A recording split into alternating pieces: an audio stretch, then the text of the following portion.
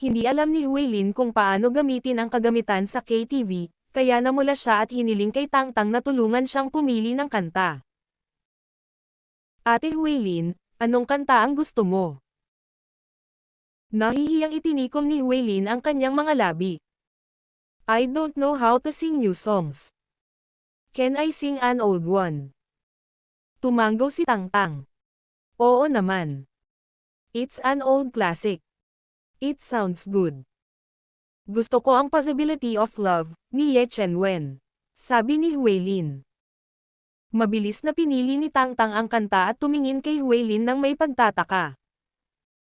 Hindi pa narinig ni Yuan Ye ang kantang ito, kaya inaabangan din niya ito.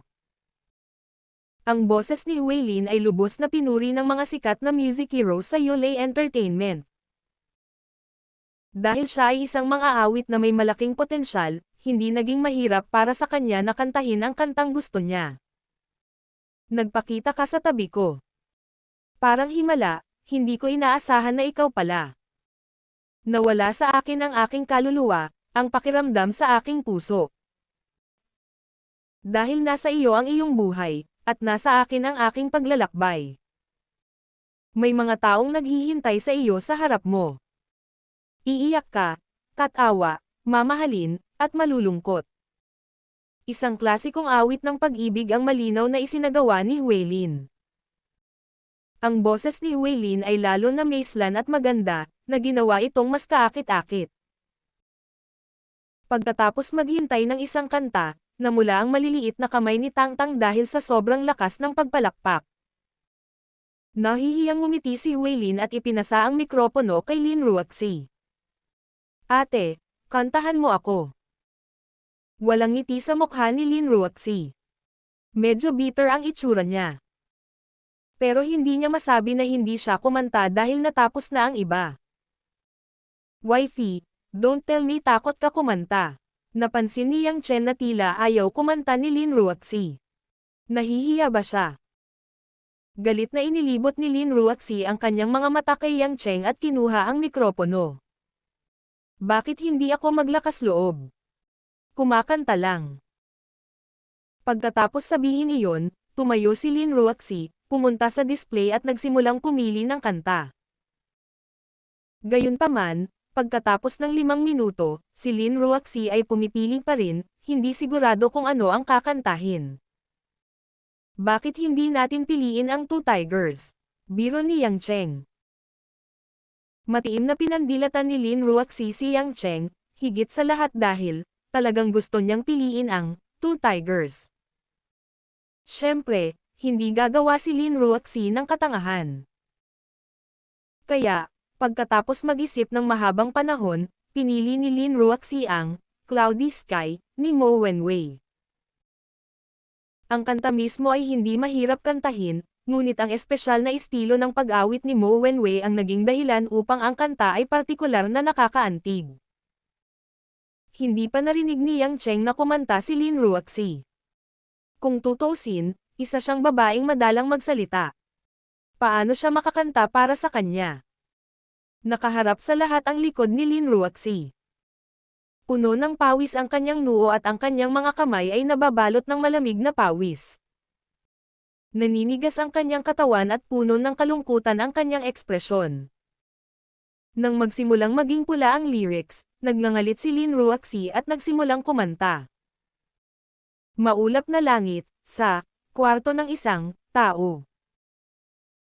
Sa sandaling natapos ni Lin Ruoxi na kantahin ang unang linya ng lyrics, ang 4 na iba pang tao sa silid ay nagpahayag ng kinakilabot na ekspresyon. Ito ay dahil hindi tama ang pagkanta ng unang linya ni Lin Ruoxi. Parang ang pagkuha ng isang tao na makakuha ng 0 sa isang pagsusulit ay talagang mas mahirap kaysa sa pagkuha ng buong marka.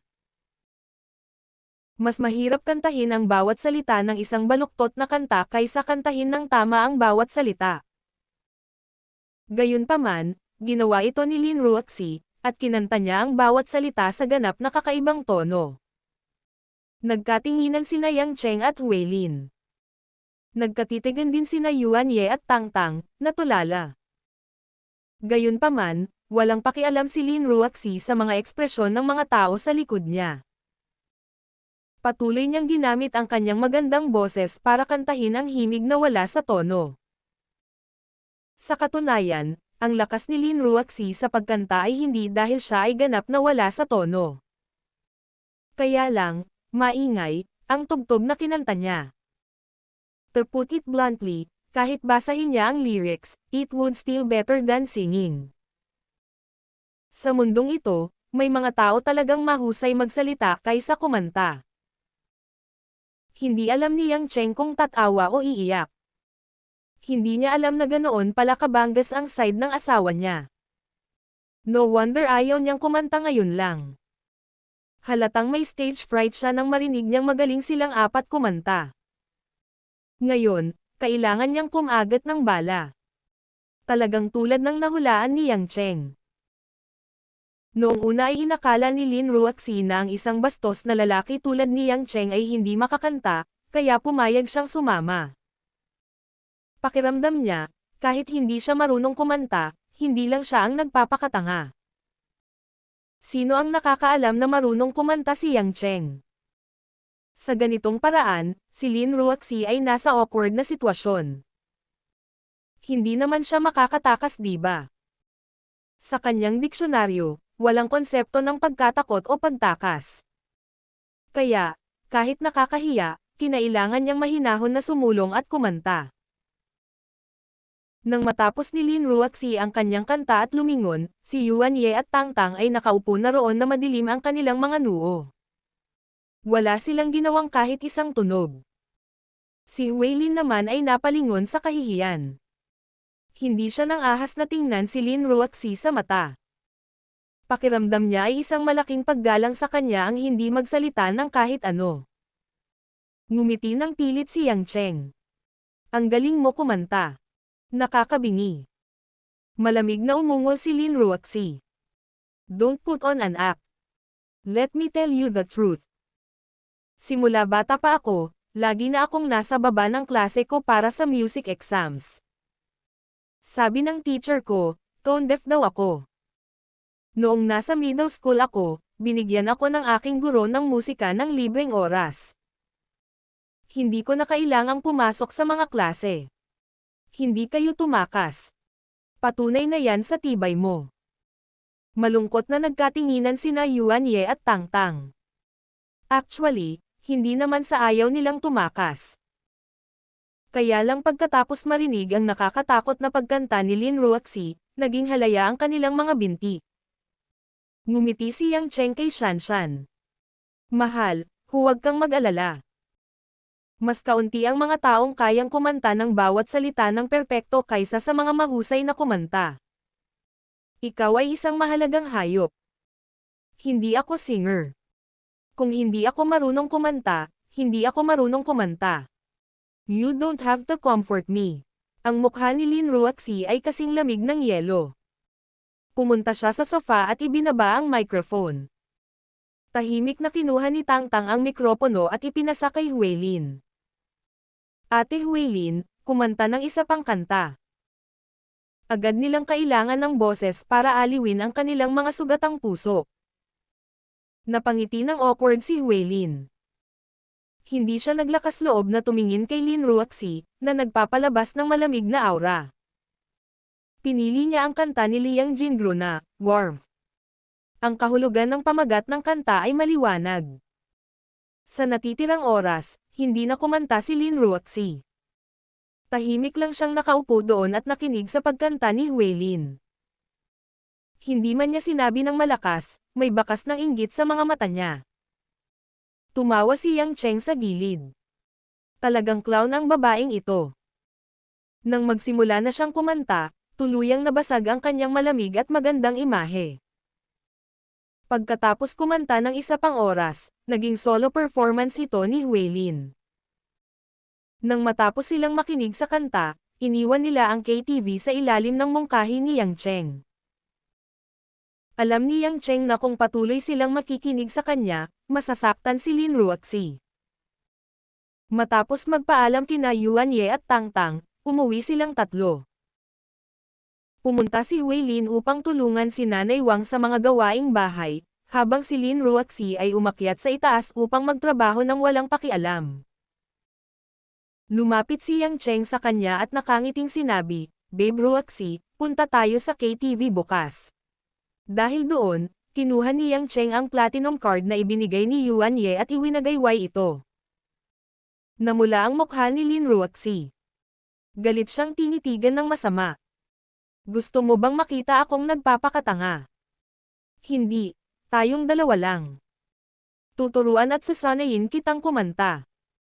Napakaganda ng boses mo, walang dahilan para hindi ka magaling kumanta. You can't let it be your sore point for the natitirang bahagi ng iyong buhay, tama ba?" Sabi ni Yang Cheng. "So ano? Pwede namang tumigil na lang ako sa pagkanta in the future, di ba?" Walang pakialam na sabi ni Lin Ruoxi. "Paano kung yayain tayo ng mga kaibigan natin na magsama in the future? Gagawa ka ba ng excuse every time? Bukod dito, maaaring maraming empleyado ang humihiling sa iyo na kumanta sa mga aktibidad ng kumpanya sa hinaharap. Hindi mo sila mapapamukha sa bawat oras at patayin ang lahat sa iyong malamig na tingin." Sabi ni Yang Cheng. Nag-alinlangan si Lin Ruoxi. Tila ang pagkanta ay isang bagay na may mataas na posibilidad na mangyari. Nag-isip siya saglit at sinabing, "Kung gayon, ay pangako mo sa akin ang isang bagay, at sasama ako sa iyo." Naguguluhan si Yang Cheng. "Ano ito? Kailangan mong magseryoso sa hinaharap. Hindi ka basta-bastang mawawala ng walang bakas. Ipaubaya mo na ang lahat kay Wang Jia at Zhao Teng." Seryosong sabi ni Lin Ruoxi. Napabuntong hininga si Yang Cheng sa kanyang puso. Ito pala ay sinusubaybayan siya ni Lin Ruoxi. Talagang nag-aalala siya sa kanya. "Okay, promise." Nadama ni Yang Cheng na kung nais ng mag-asawa na mamuhay ng magandang buhay, kailangan nilang magkompromiso. Noon lamang tumango si Lin Ruoxi bilang kasiyahan. Pumayag siyang matutong kumanta kasama si Yang Cheng. Pero aakyat na sana siya sa taas, tumunog ang phone niya. Kinuha ni Lin Ruoxi ang kanyang telepono at tiningnan ito. Kumunat ang noo niya at nagdadalawang isip kung kukunin ba niya ito o hindi. Anong problema? Bihira para kay Yang Cheng na makita si Lin Ruoxi na nag-iisip ng mahabang panahon bago sumagot ng tawag. Bahagyang bumantong hininga si Lin Ruoxi. Si Jingjing naman. Pagkatapos magsalita, kinuha ni Lin Ruoxi ang telepono. Mula nang maghiwalay sila sa ospital, hindi na muling nakipag-ugnayan si Li Jingjing kay Yang Cheng.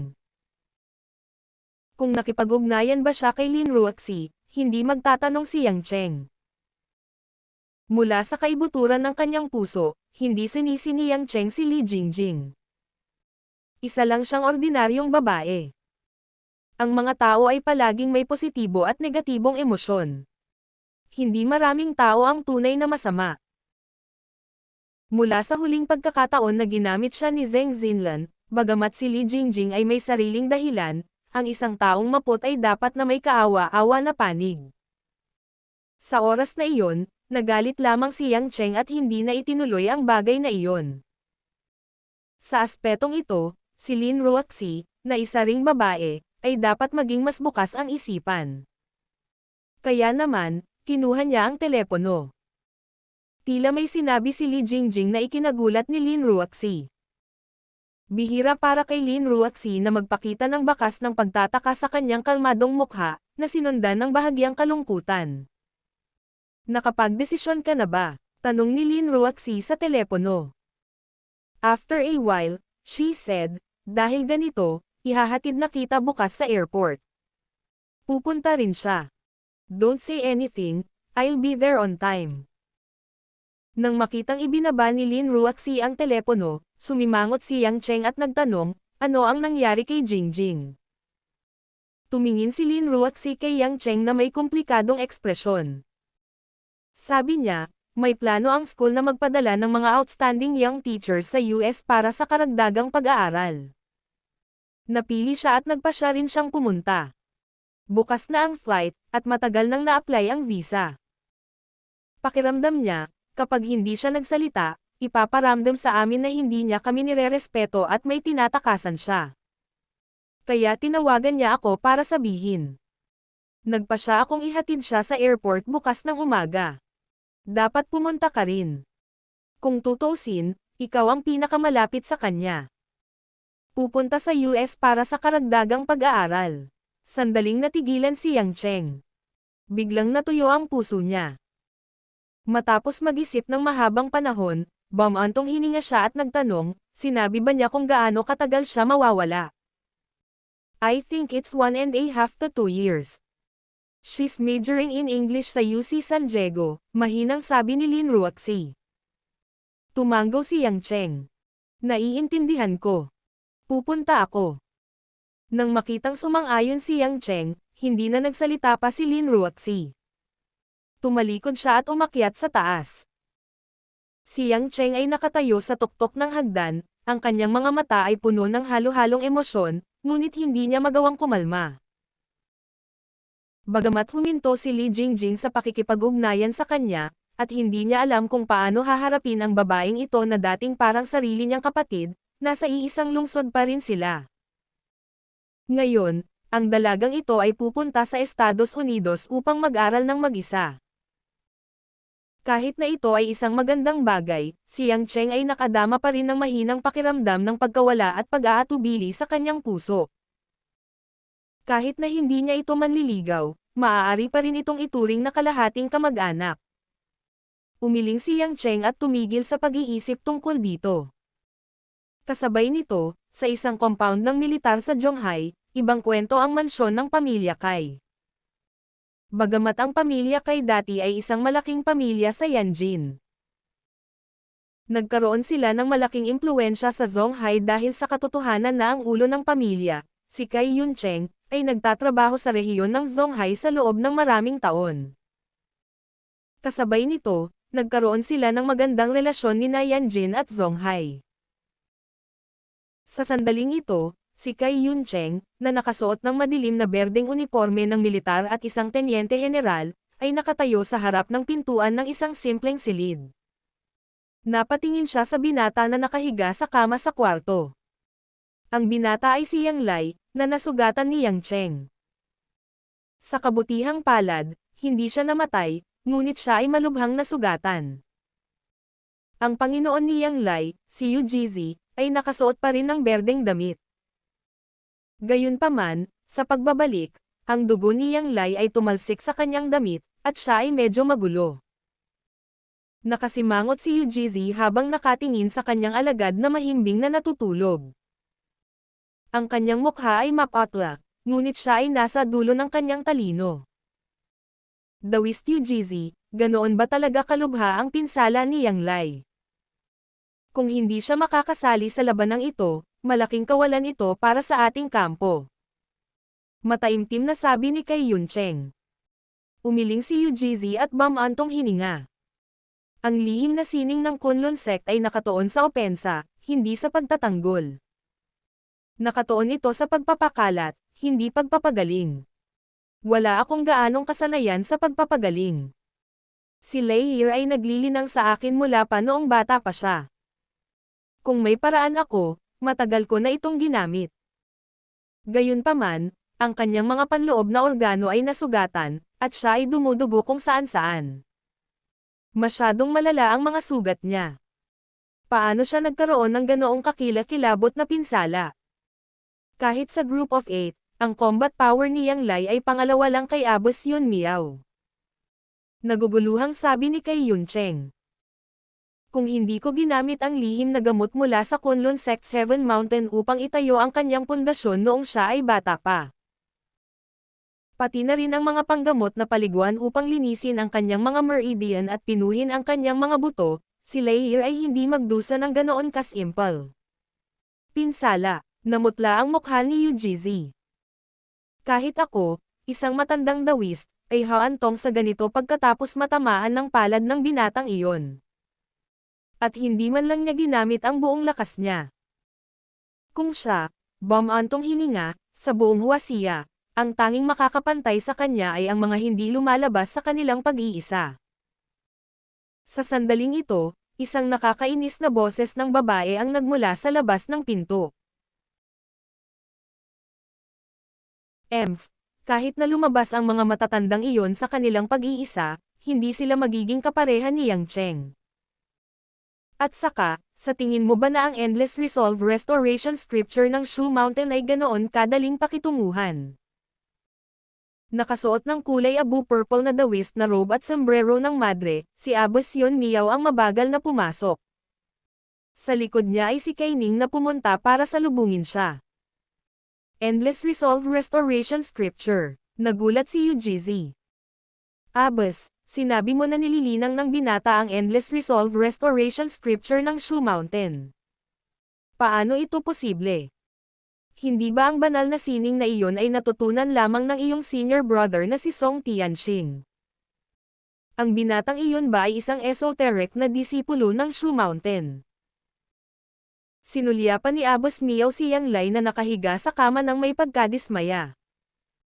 Si Yang Cheng ang disipulong kinuha ng aking senior brother Song noong siya ay nasa ibang bansa.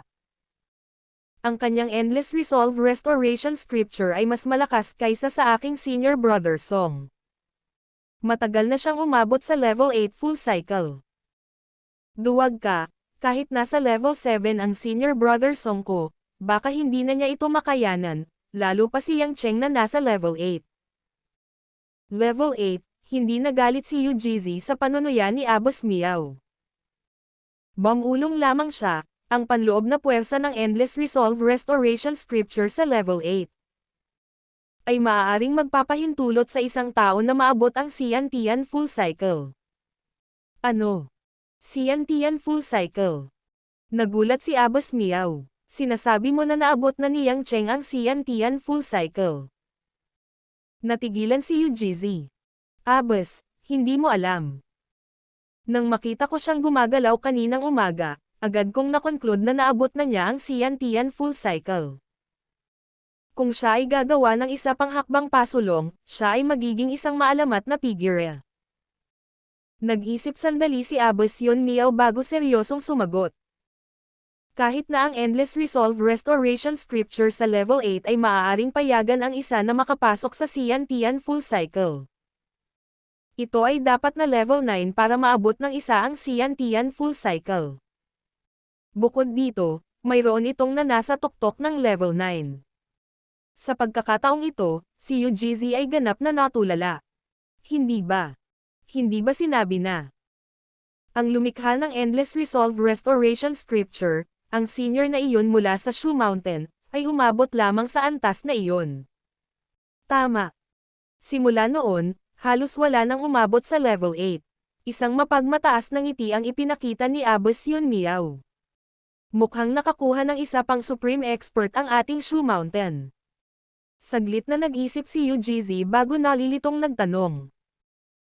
Ngunit kahit naabot na niya ang Xian Tian full cycle, paano mo masasabi na ang mga ekspertong iyon na hindi umaalis sa bundok ay hindi kapantay ni Yang Cheng, Abbas Yun Miao? Tumingin si Abbas Yun Miao kay Yujizi na parang tulala. Bago ka umalis sa bundok, hindi mo ba alam na ang Yellow Flame Iron Brigade ang nagbigay sa iyo ng kasalukuyang distribusyon ng lakas sa bansa? Anong ibig mong sabihin? Hindi talaga ito pinansin ni Yujizi. Naiinip na sinabi ni Abbas Miao. Hindi mo ba alam na si Yang Cheng ang tagapagmana ng Pluto's Ring? Ano? Naramdaman ni Yujizi na hindi na gumagana ng maayos ang kanyang utak. Wala na siyang pakialam sa posturin niya bilang Xian Tian full cycle. Namuo ang butil ng malamig na pawis sa kanyang noo. Sinasabi mo na. Naunawaan niya ang kapangyarihan ng Diyos. Ayon sa katalinuhan, iyon ang unang pagkakataon sa kasaysayan na pumatay siya ng isang Diyos. Kasabay nito, nakakuha siya ng posisyon ng Diyos at nagmana ng kapangyarihan ng Diyos. Sa madaling salita, siya ang unang tao sa kasaysayan na pumatay sa isang Diyos at maging isang Diyos. Kung gumamit lang siya ng martial arts, iyong mga matandang fogey na hindi umaalis sa bundok ay baka makalaban siya ng draw. Ngunit sa mga tuntunin ng tunay na lakas, Maliban kung ang mga matandang fogey na iyon ay lumampas sa maalamat na limitasyon, hindi sila ang kanyang kakampi, sabi ni Abos Miao. Si Kai Yuncheng, na nakikinig kina Abos Miao at Yu Jizi na nag-uusap tungkol sa lakas ni Yang Cheng, ay hindi maintindihan ang karamihan nito. Pagkatapos ng lahat, kahit na siya ay isang pangunahing miyembro ng militar, hindi siya isang magsasaka. Kaya, naitanong lang ni Kai Yuncheng sa kanyang panganay na anak na babae, si Kai Ning, na nakatayo sa tabi niya, Ningir, ganoon ba talaga ka-invincible si Yang Cheng na iyon? Kahit nakaharap ang kanyang ama, walang pakialam pa rin ang ekspresyon ni Kai Ning. Tumanggaw siya at sinabing, kung hindi dahil sa wala silang magagawa sa kanya, naniniwala ako na sa mundong ito, halos lahat ng makapangyarihang organisasyon ay gugustuhin siyang mamatay, kasama na ang ating general. Bakit?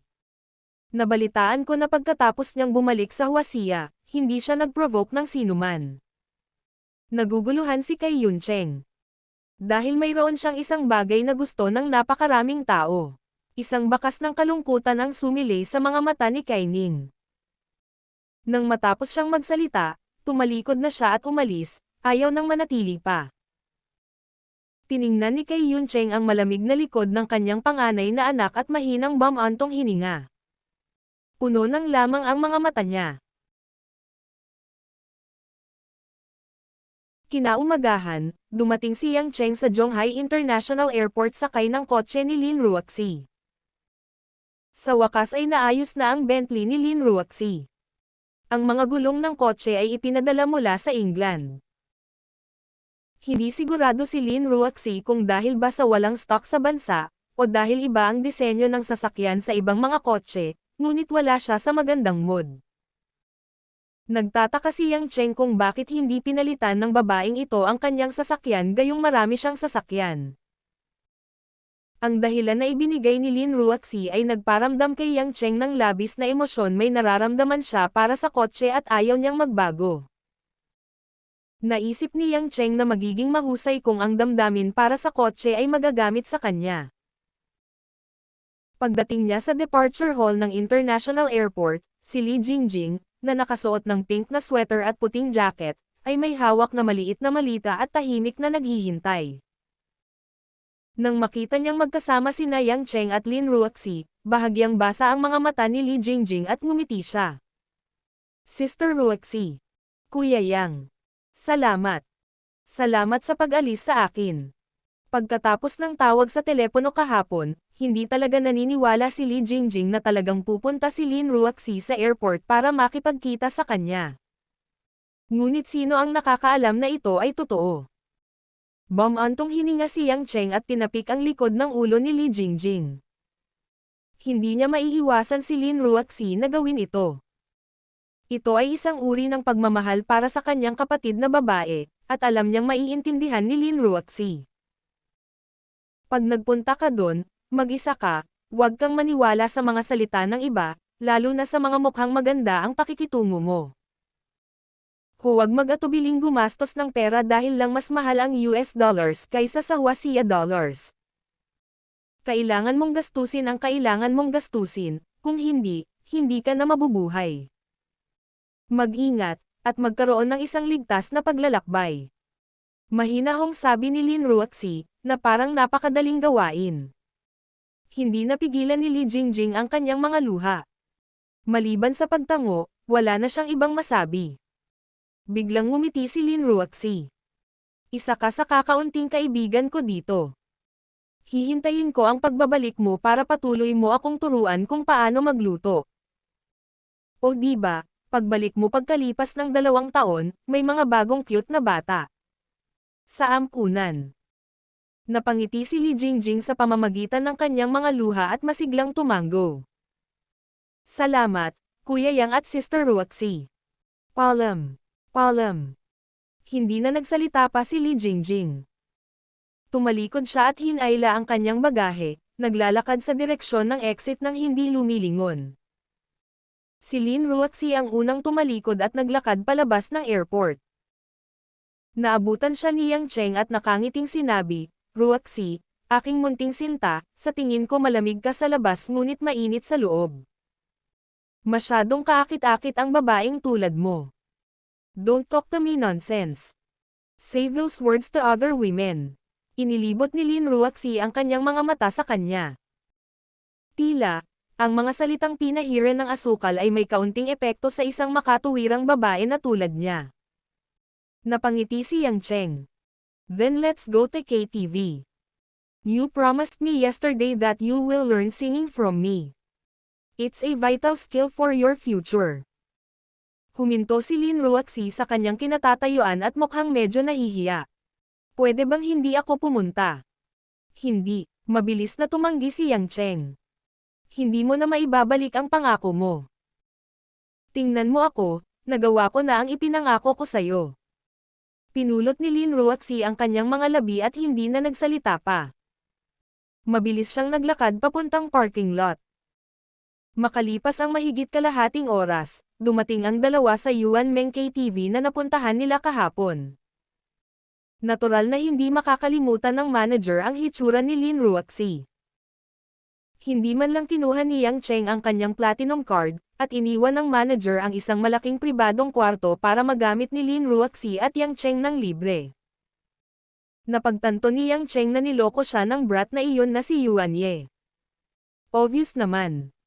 Ang platinum card na ito ay isang walang kwentang bagay. Sa mukha ni Lin Ruaxi, mayroon siyang sapat na puhunan upang makapasok sa lugar na ito ng libre. Naramdaman ni Yang Cheng na kailangan niyang mangikil ng pera sa brat na iyon sa susunod. Hindi niya dapat niloko ng ganoon ang kuya niya. Ngunit sa ngayon, ang pinakamahalagang bagay ay ang turuan si Lin Ruaxi kung paano kumanta. May isa pang malaking dahilan kung bakit iginiit ni Yang Cheng na dumating si Lin Ruaxi, at iyon ay dahil sa kanyang sariling reputasyon. Ang kanyang asawa ay kahanga-hanga sa lahat ng bagay, ngunit pagdating sa pagkanta, siya ang naging berdugo na pumatay sa lahat sa ilang segundo. Hindi ba nakakahiya ang asawa niya? Katulad ng pag-asa ng mga babae na gwapo at mapanghalina ang kanilang mga lalaki para maiinggit ang ibang babae sa kanila. Umaasa rin ang mga lalaki na kapag kumanta ang mga babae nila, maiinggit ang ibang mga lalaki sa kanila. Bagamat ayos lang hanggat hindi kumakanta si Lin Ruaxi, palaging may buhol sa puso si Yang Cheng. Kaya, seryosong itinuro ni Yang Cheng si Lin Ruaxi, simula sa pinakapangunahing vocalization at pagpapaliwanag ng pinakasimpleng teorya ng musika. Para sa propesyonal na kaalamang ito, kailangan lang ni Yang Cheng na magbasa ng ilang libro at isaulo ito. Ito ay hindi mahirap sa lahat. Kaya, mayroong lahat ng uri ng komplikadong pag-uusap sa KTV room. Gamitin mo ang iyong lalamunan, Hindi ang ilong mo. Ang ilong ay hindi gumagawa ng anumang vocalizations. Maulap. Maulap na kalangitan. Maulap na kalangitan ay tumigil ka. Tigil. Paano mo kakantahin ang unang salita nang wala sa tono? Kahit kantahin mo ang cloudy sky, hindi ka mawawala, di ba? Maulap na langit ay tumigil. Sabi ko hindi ka lalayo kung kakantahin mo to, at ginawa mo talaga. Kantahin mo. Maulap na kalangitan. Wala na naman sa tono ang unang salita. Sa huli, tinuruan ni Yang Cheng si Lin Ruaxi kung paano kantahin ang unang linya. Kahit na ang bilis ay kasing bagal ng pagbabasa, hindi bababasa ito ay nasa tono at tumpak. Nag-isip sandali si Yang Cheng at naalala ang isang pamamaraan mula sa isang libro. Kaya, inilipat niya ang kanyang mga kamay pataas at pababa at ang kanyang mga paa sa kaliwat kanan. Nagsimulang sumayaw ang buo niyang katawan. Tumango siya at sinabing, "Halika, gawin mo ito sa akin." Nagpout si Lin Ruaxi at tumingin sa parang oso ni Yang Cheng. She shook her head and said, "Hindi, ang pangit naman. Anong ginagawa mo? Di ba sabi mo kakanta tayo? Ito ang tinatawag na ritmo. Kapag may ritmo ang katawan mo, mararamdaman mo ito kapag kumanta ka. Ngayon, kailangan mong humanap ng ritmo at sundan ang musika. 1-2-3-4, 2-2-3-4, 3-2-3-4.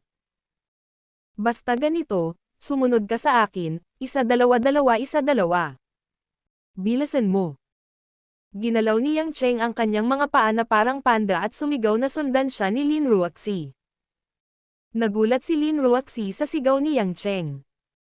Tiningnan niya ang seryosong mukha ni Yang Cheng, at tila tinatrato siya nito bilang kanyang estudyante.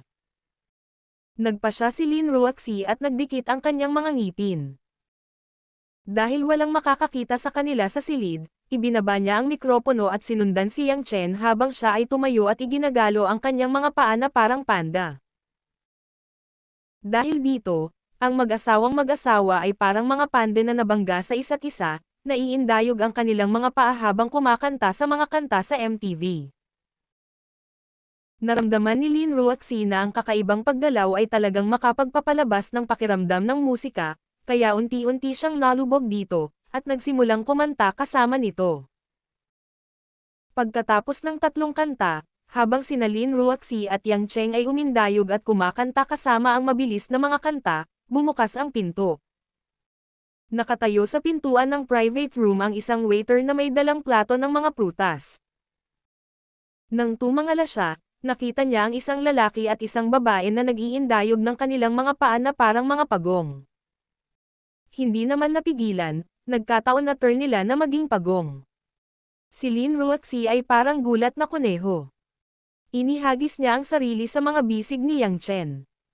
Gusto niyang iuntog ang ulo niya sa pader para magpakamatay. Paano niya haharapin ang iba sa hinaharap? Mukhang napagtanto ng waiter na may nakita siyang hindi dapat. Bagamat hindi siya papatayin, inilapag pa rin niya ang plato ng prutas at nadulas. Natuwa si Yang Cheng sa biglaang pagkagambalang ito. Si Lin Ruoxi ay nagkusa na tumalon sa kanyang mga bisig. May malambot at mabangong katawan sa kanyang mga bisig, at si Lin Ruoxi ay gumagalaw ng mahabang panahon, ang kanyang katawan ay bahagyang pawisan, kaya ang kanyang samyo sa katawan ay humaapaw. Nasiyahan si Yang Cheng ng ilang hininga ng masaganang halimuyak. Hehe, sabi ko nga, mabilis mag-improve ang pagkanta ng ganito. Masayang sabi ni Yang Cheng, ang kanyang mga kamay ay nakayakap sa malambot na baywang ni Lin Ruoxi. Biglang napagtanto ni Lin Ruoxi ang kanyang ginagawa. Galit niyang itinulak si Yang Cheng palayo. Ang kanyang magandang mukha ay kulay rosas, kasalanan mo ang lahat. Ni hindi ako naglakas loob na lumabas. What's wrong with that? May marriage certificate tayo. Walang makakapidyo sa atin na kumuha ng kwarto sa isang hotel. Malungkot na sabi ni Yang Cheng. Hindi ko sinasabi yan. Iiyak na sana si Lin Ruoxi, tiyak na lalabas ang waiter na iyon at sasabihin na namin na ginawa namin iyon. Ang kakaibang poster na iyon. Ibinaba ni Yang Cheng ang kanyang mga labi. Kakaiba ba iyon? Sino ang nagmamalasakit kung ito ay kakaiba, ito ay epektibo? Biglang nag-vibrate ang phone ni Lin Ruoxi sa mesa. Walang pakialam si Lin Ruoxi sa awkwardness. Lumapit siya at kinuha ang phone. Kumunat ang noo niya at agad itong kinuha. Hello, Wu Yu. Anong meron? Ang kanyang sekretarya, si Wu Yu, ang nagbakasyon. Nakinig sandali si Lin Ruoxi. Nawala ang pamumula ng kanyang mukha at sinundan ng isang seryosong ekspresyon. Hinintay ni Yang Cheng na tapusin ni Lin Ruoxi ang tawag bago siya umakyat at nagtanong, may namatay ba sa kumpanya? Bakit ang seryoso mo? Ikaw ang namatay, ngumuso si Lin Ruoxi. Hindi ka marunong magsabi ng maganda. Kung ganoon, bakit mukhang seryoso ka? Tanong ni Yang Cheng.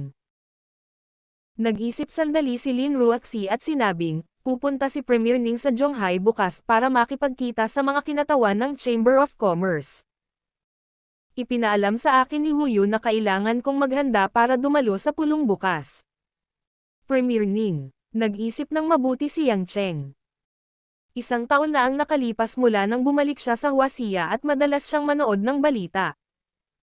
Ang unang taong naisip niya ay ang kasalukuyang premier ng Huaxia.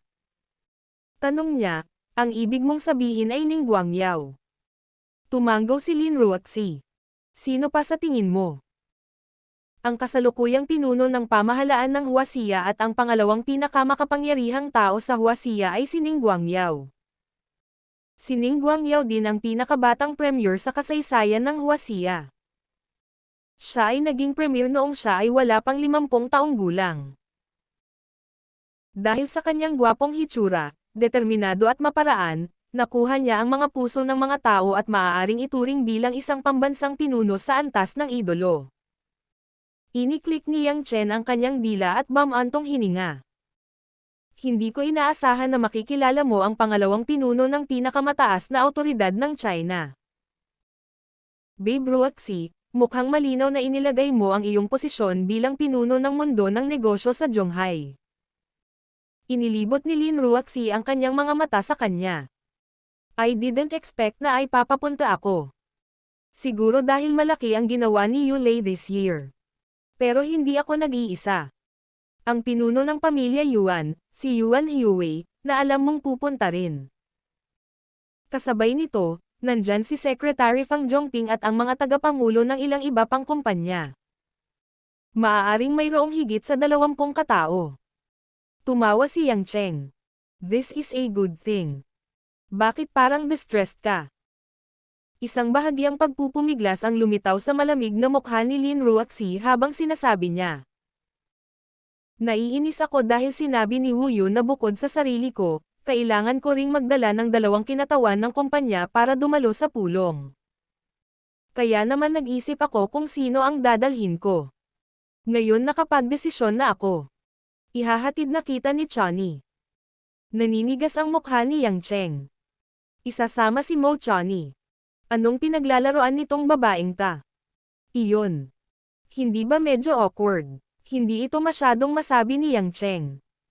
Alam kong may relasyon ang bestie mo sa asawa mo. Hindi mo ba sinasadyang pahirapan ako? Tila hinihintay ni Lin Ruoxi ang ganoong ekspresyon sa mukha ni Yang Cheng.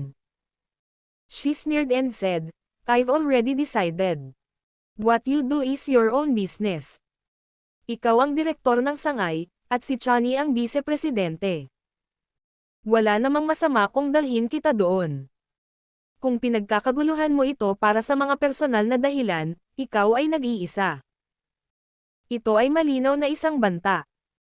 Kasabay nito, isa rin itong paraan para ipahayag ni Yang Cheng ang kanyang paninindigan. Kahit na wala siyang pinutol, at least alam niya kung sino ang kampi niya. Kung hindi ka pupunta, hindi mo magagawa dahil opisyal na trabaho ito.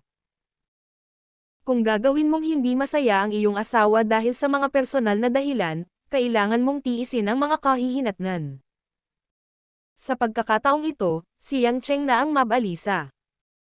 Kapag nakilala niya si Mo Chani bukas, paano niya dapat pakisamahan ang 2 babaeng ito ng sabay? Dapat ba niyang tawagan si Mo Chani at sabihin sa kanya na huwag sumama? Imposible yan. Hindi madaling pakisamahan ang babaeng iyon. Kung alam niya ang dahilan, tiyak na ipaglalaban niya ito kay Lin Ruoxi. Ay yaya, bakit napakaraming bayani sa paligid ko? Malungkot na naisip ni Yang Cheng. Kasabay nito, sa looban ng militar ng pamilya Kai, si Yang Lai, na malubhang nasugatan at hindi nang ahas na gamutin ang kanyang mga sugat ng mag-isa, ay nakahiga pa rin sa kama na walang malay. Sa pagkakataong ito, sinundan ni Yang Lai ang kanyang Panginoon, si Yu Jizi, sa Kunlun. Siya ay orihinal na nagplano upang gumanap ng mahusay sa paparating na labanan, ngunit sino ang nakakaalam na siya ay babagsak bago pa man magsimula ang labanan. Hindi masasabing namatay siya bago nagsimula ang labanan, ngunit ito ay kasing sakit ng isang fetus na namamatay sa sinapupunan. Ang malubhang pinsalang ito ni Yang Lai ay hindi mate atago. Kung tutusin, masyadong nakakapansin ang kanyang posisyon. Ang kanyang talento ay namumukod-tangi, at siya ay tinanggap bilang huling disipulo ng eksperto sa Siantian ni Kunlun, si Yu Jizi. Kasabay nito, si Yang Lai ang iyang master ng Yang family, isa sa pinakamakapangyarihang pamilya sa Huaxia. Ang pagkakakilanlang ito ay mas kilala kaysa sa kanyang sariling lakas. Kaya naman, kumalat kaagad ang balita tungkol sa malubhang pinsalang ito. Bagamat ilang tao lang sa matataas na echelon ang nakakaalam nito, sapat na iyon para magdulot ng kaguluhan.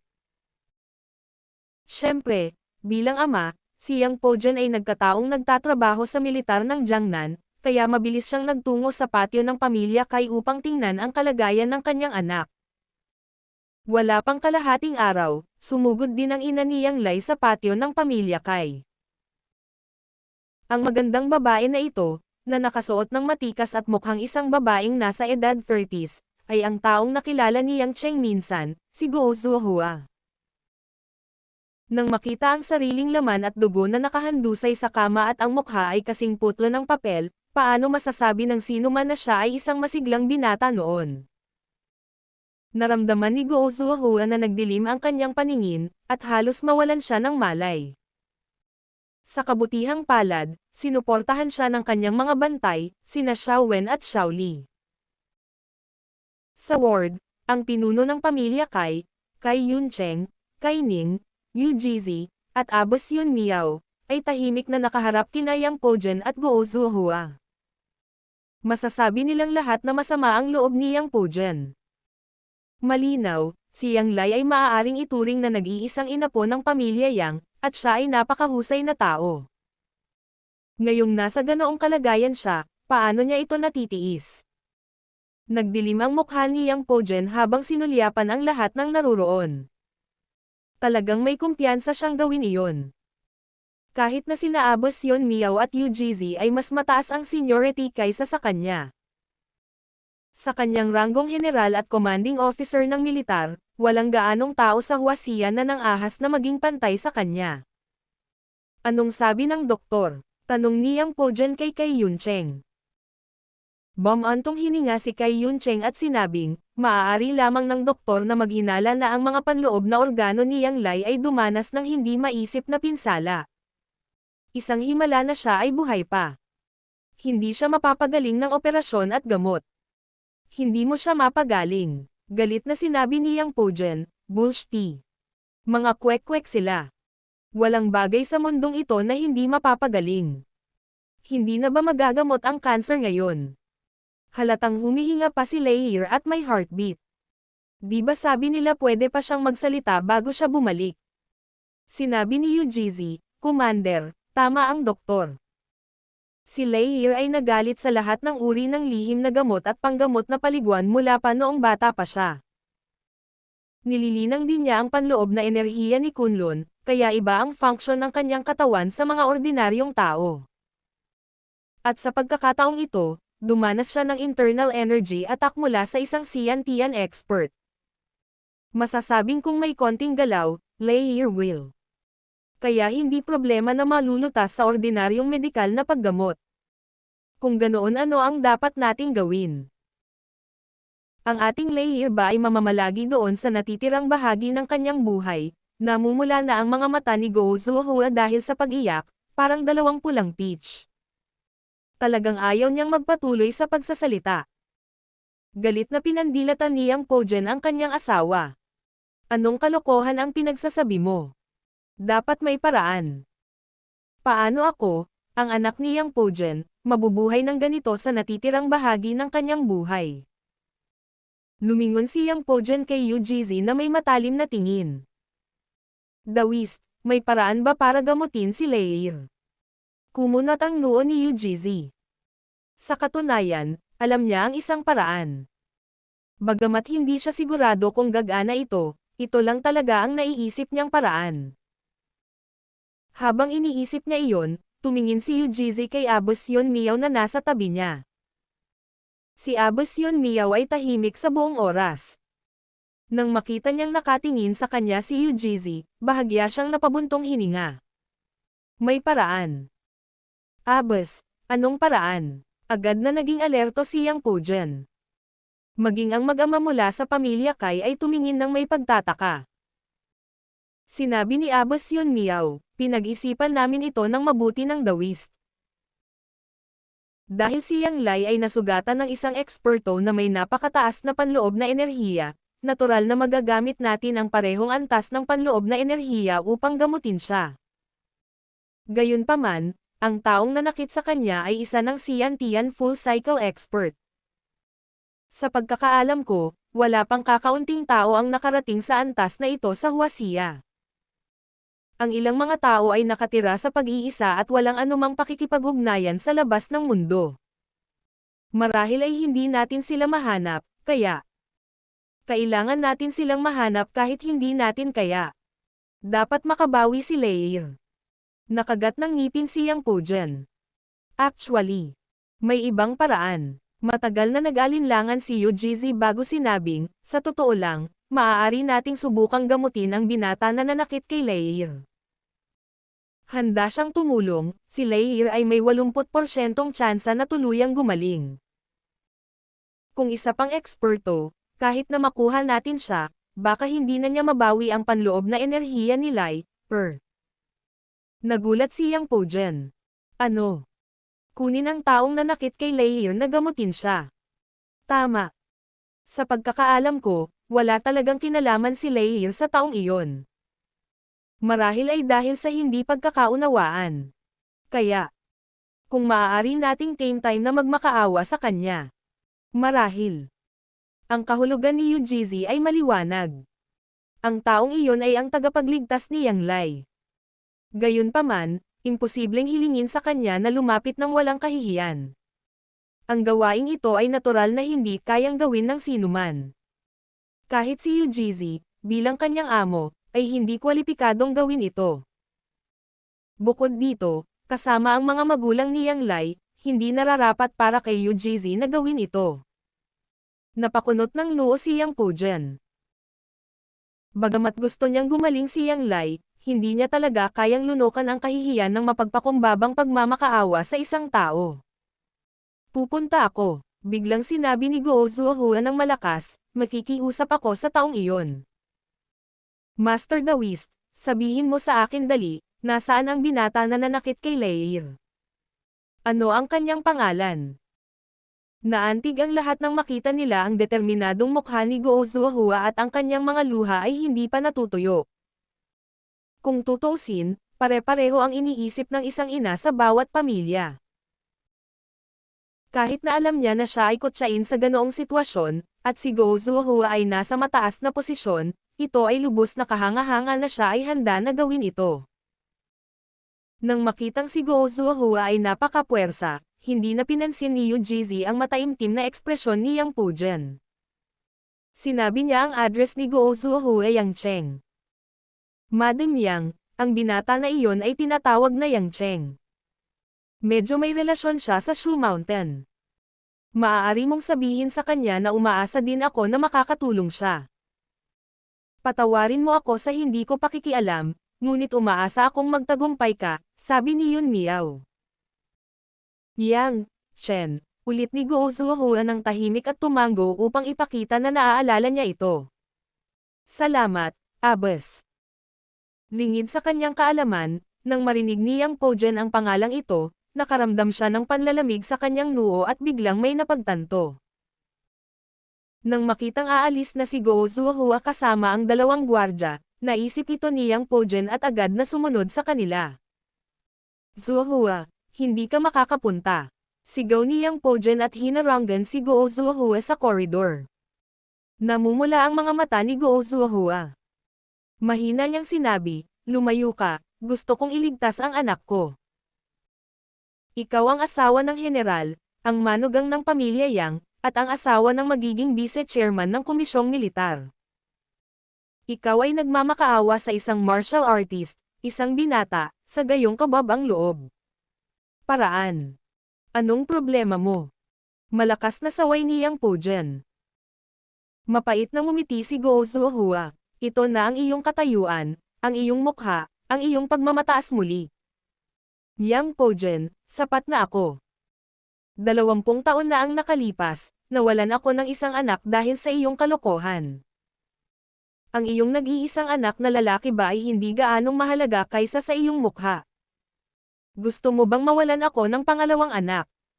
Tumahimik ka. Umungol si Yang Pojen na parang sinaksak ang pinakamahinang bahagi ng kanyang puso. Walang pakialam si Guo Zuohua sa pagharang ni Yang Pojen.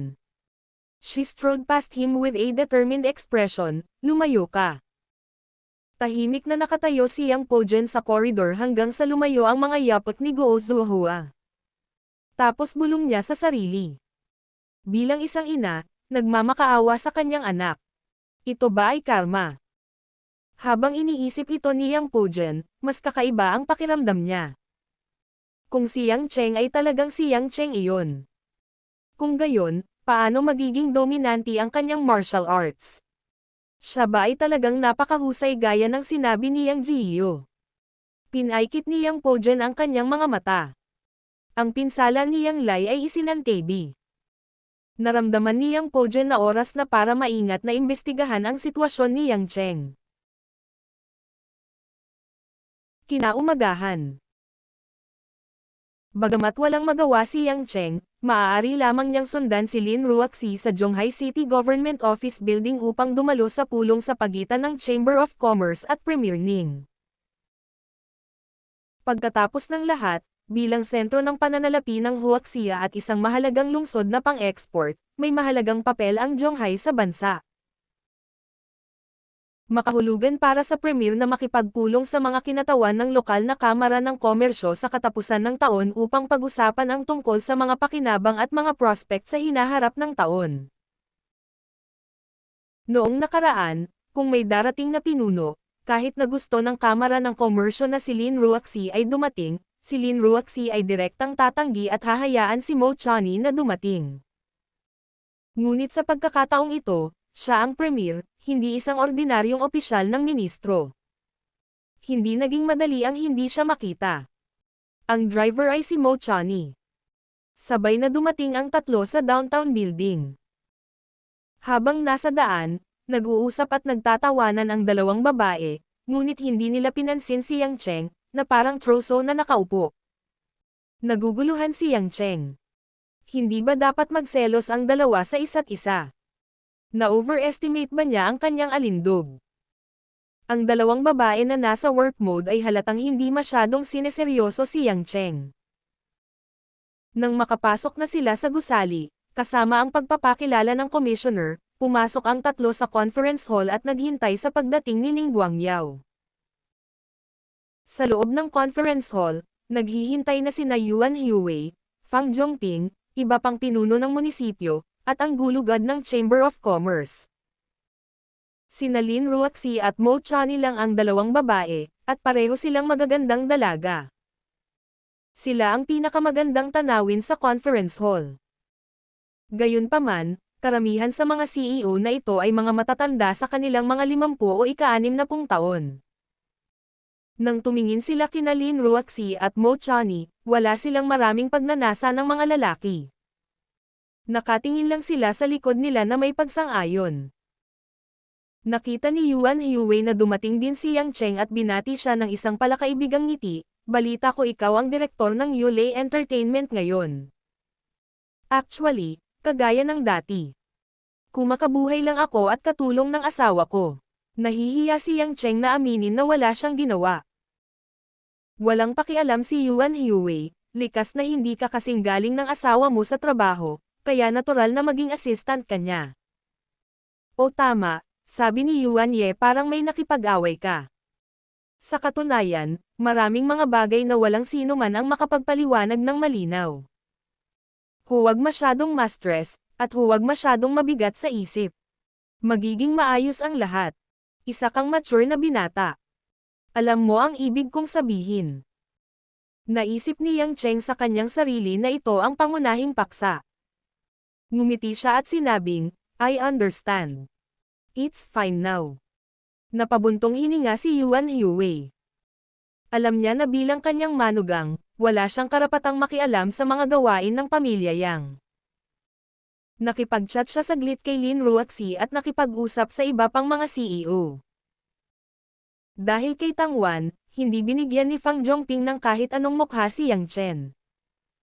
Pagkatapos makipagpalitan ng ilang kasiyahan, hindi niya pinansin si Yang Chen. Nanlumo si Yang Chen. Matagal na niyang hindi nakontak si Tangwan. Ang itik na niluto kanina ay tila lumipad pagkatapos ng bagay ni Tangtang.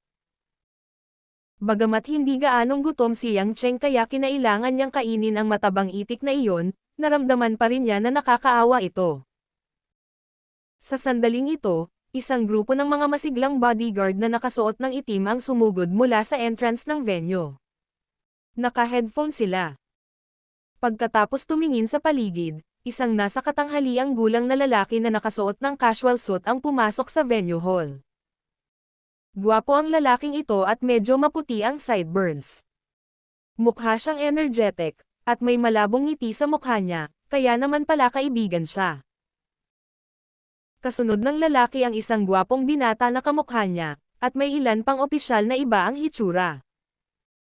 Nakilala ni Yang Cheng ang lalaking ito, si Ning Guangyao, na nasa balita araw-araw.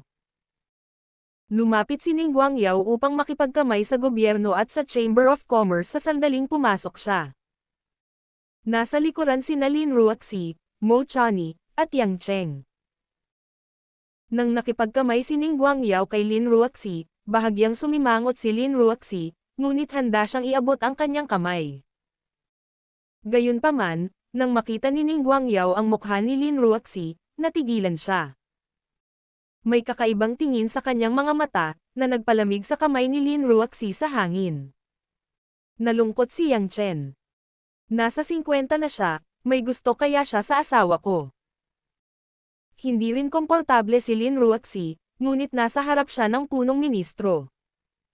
Hindi niya maipakita ang malamig at hindi malapitan niyang ekspresyon. Nakagat lamang niya ang kanyang mga labi at magkunwaring hindi niya nakita ang kakaibang ekspresyon ni Ning Guangyao. Ang mga babae ay talagang hindi mas mababa sa mga lalaki. Hindi ko inaasahan na ang Zhonghai Chamber of Commerce ay magkakaroon ng isang bata at mahalagang miyembro. Tumawa si Ning Guangyao upang pagtakpan ang kanyang panandaliang pagkawala ng ugali. Nakipagkamay siya kay Lin Ruoxi. Nakita ng binata sa likod ni Ning Guangyao si Lin Ruoxi at hindi niya maigalaw ang kanyang mga mata. Para siyang naakit ng magnet. Kung hindi dahil sa sitwasyon, itinulak niya sana ang punong ministro palayo para makipagkamay kay Lin Ruoxi. Sumasakit ang ulo ni Yang Cheng. Kung alam niyang mangyayari ito, hindi na niya hiniling na pumunta si Lin Ruoxi. Anong uri ng mga tao sila? Nakita ni Mo Chani ang malungkot na ekspresyon ni Yang Cheng at sumakit ang kanyang puso.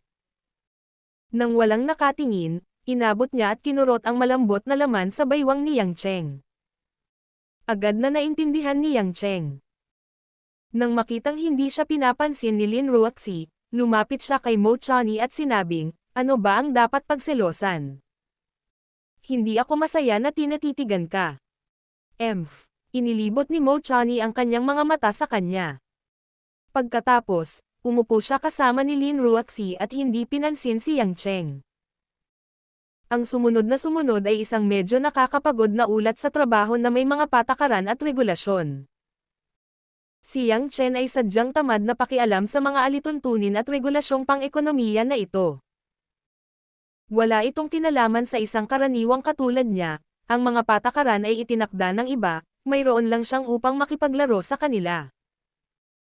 Ang tanging nakapagpagalat kay Yang Cheng ay ang pagtingin ni Ning Guangyao kay Lin Ruoxi paminsan-minsan.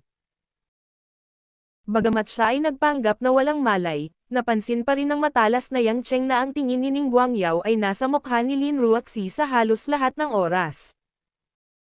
Ang binata na nakaupo sa gilid ng mesa ay nakatitig kay Lin Ruoxi mula simula hanggang dulo. Hindi man lang niya tiningnan ang mga dokumentong nasa kamay niya. Hindi mapigilan ni Yang Cheng na tanungin si Mo Chani, Chen darling, sino sa tingin mo ang lalaking iyon? Bakit malapit ng malaglag ang eyeballs mo? Nagseselos ka ba? Mahinang sabi ni Mo Chani at sumulyap kay Yang Cheng. Ngumiti si Yang Cheng kay Shanshan, hindi ba dahil ayaw kong makita ka ng iba? Hindi na kailangang sabihin, nakatitig siya kay Ruoxi, ngumuso si Mo Chani, anak iyon ni Premier Ning Gedong. Nabalitaan ko na miyembro siya ng Entourage at isa ng Deputy Department Official.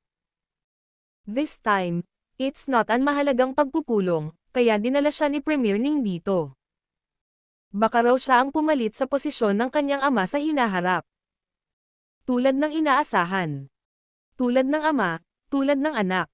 Naisip ni Yang Cheng na kung talagang mangangahas ang mag-amang ito na magkaroon ng anumang baluktot na pag-iisip, wala siyang pakialam kung siya ang premier o hindi. Sa karamihan, papatayin niya lang siya at papalitan.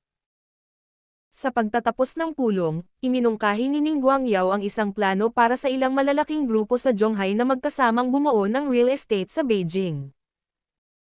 Ang layunin ay iugnay ang kabisera ng dalawang pangunahing lungsod, at maaari rin itong ituring na isang bilateral na kooperasyon na pinamumunuan niya. Maraming mga CEO ang agad na nagpahayag ng kanilang pag-aproba.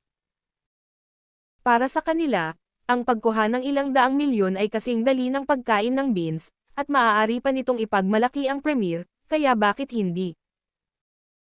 Gayunpaman, nang si Lin Ruoxi nag-isip sandali si Lin Ruoxi at sumagot kay Ning Guangyao, tumanggi akong lumahok sa planong ito.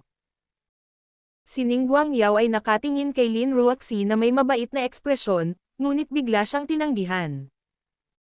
Nagulat siya at nagtanong kaagad, General Lin, sa tingin mo ba may mali dito? Ang kumpanya at ang pangalan ng tao ay nasa harap ni Lin Ruoxi, kaya alam na ni Ning Guangyao ang kanyang pagkakakilanlan. Walang masama dito, iniisip ko lang na magagamit ko ang pera sa aking sarili at kumita ng mas maraming kita, diretsyong sabi ni Lin Ruoxi. Hindi na kailangang sabihin, ang lahat ay huminga ng malalim. Masyadong prangka ang babaeng ito. Ang kabilang partido ay ang pangalawang in-command ng gobyerno. Gaano man kalakas si Yulei, matatalo pa rin ito ng kalahati hanggang mamatay kung igalaw niya ang isang daliri. Gayunpaman, si Ning Guangyao ay tila hindi nagalit. Sa halip, tumingin siya kay Lin Ruoxi na may malalim na ekspresyon at bahagyang tumango, kung ganoon, hindi na kailangang lumahok si General Lin. Kung tutusin, ito ay isang voluntaryong proyekto. Salamat, Premier, sabi ni Lin Ruoxi. Alam niyang medyo bastos ito, ngunit negosyo ang negosyo, at sanay siyang mag-isa ng mga desisyon. Natapos ang pulong, at si Ning Guangyao at ang iba pang mga patroller ay nagsimulang magpaalam sa Chamber of Commerce at sa Municipal Committee ng Zhonghai. Pagkatapos ng lahat, ito ay isang hintuan lamang sa daan, at mayroon pa siyang ibang mga lugar upang magbigay ng mga talumpati. Sa pagtatapos ng taon, ang mga pinuno ay palaging may maraming dapat asikasuhin. Gayunpaman, bago sila umalis, sa wakas ay hindi na kinaya ni Ning Gedong. Lumapit siya kay Lin Ruoxi na may gwapong ngiti at sinabing, matanda ka na, General Lin, ako si Ning Gedong. Alam kong medyo mapangahas na batiin ka ng ganito, pero gusto lang kitang imbitahan na magkaroon ng isang sabay na kumain. I wonder if I have the opportunity. Si Ning Gedong ay anak ng punong ministro. Siya ay nagkaroon ng isang pambihirang hitsura at isang mataas na katayuan. Naturally, may hindi mabilang na mga babae na sumasamba sa kanya. Gayunpaman, hindi siya playboy. Sa ilalim ng proteksyon ng isang ama tulad ni Ning Guangyao, ang bawat kilos niya ay nasa ilalim ng pagbabantay ng iba. Sa sandaling ito, gumawa siya ng ganoong imbitasyon kay Lin Ruoxi dahil masyado siyang natutokso. Hindi gaanong pinansin ni Lin Ruoxi ang kahilingan ni Ning Gedong. Sa halip, hindi niya sinasadyang nasulyapan si Yang Cheng na nasa tabi niya. Nang makitang malapit ng patayin ng tingin ni Yang Cheng si Ning Gedong, bahagyang natuwa siya. I'm sorry, Mr. Ning, baka sa susunod. Alam din ni Lin Ruoxi ang pagkakakilanlan ni Ning Gedong, kaya hindi siya nagsalita ng masyadong marahas. Hindi inaasahan ni Ning Gedong na tatanggihan siya ni Lin Ruoxi. Bahagya siyang nadismaya, ngunit hindi niya iyon masyadong pinansin. Ngumiti siya at tumango, sige, bagamat sayang, sana sa susunod ay bigyan ako ng karangalan ni General Lin. Pagkaalis ni Ning Guangyao at ng iba pa, galit na sinabi ni Yang Cheng kay Lin Ruoxi, paano mo sasabihin sa susunod? Dapat mong tanggihan siya ng diretsyo. Tanggihan. Kahit bugbugin mo ako hanggang mamatay, hindi ako pupunta. Napatingin sa kanya si Lin Ruaxi nang may pagmamalaki, gusto ko lang makita mo na hindi lang ikaw ang lalaki sa mundong ito. Kung gusto ko o hindi kumain kasama ng ibang lalaki, depende sa performance mo. Nasa iyong mga kamay ang desisyon. Pagkasabi niya nun tumalikod na siya at umalis. Napuno ng pagtataka ang mukha ni Yang Cheng, na sinundan ng pait. Hindi niya alam kung matatawa ba siya o maiiyak. Bakit bigla siyang naging passive? Hindi kaya naghihiganti sa kanya ang babaeng ito dahil hinayaan siyang maglaro ng Panda Clash kahapon. Sa pagkakataong ito, hindi nagselos si Mo Chani. Sa halip, napahadjejek siya sa gilid. Anong tinatawa-tawa mo, Little Chen Chen? Masaya ka ba na ang lalaki mo ay inaapi ng ganito? Tanong ni Yang Cheng. Nagpout si Mo Chani at sinabing, iniisip ko lang na kung hindi mo ako tretuhin ng mabuti sa hinaharap, magiging kasing husay ako ni Ruaxi. Sa bagay, hindi naman sa mga taong gustong i-treat ako sa isang pagkain. Buong araw. Kayo. Kahit na nasaksak siya ng kutsilyo, si Yang Cheng ay halos magkaroon ng gana na samuka ng dugo.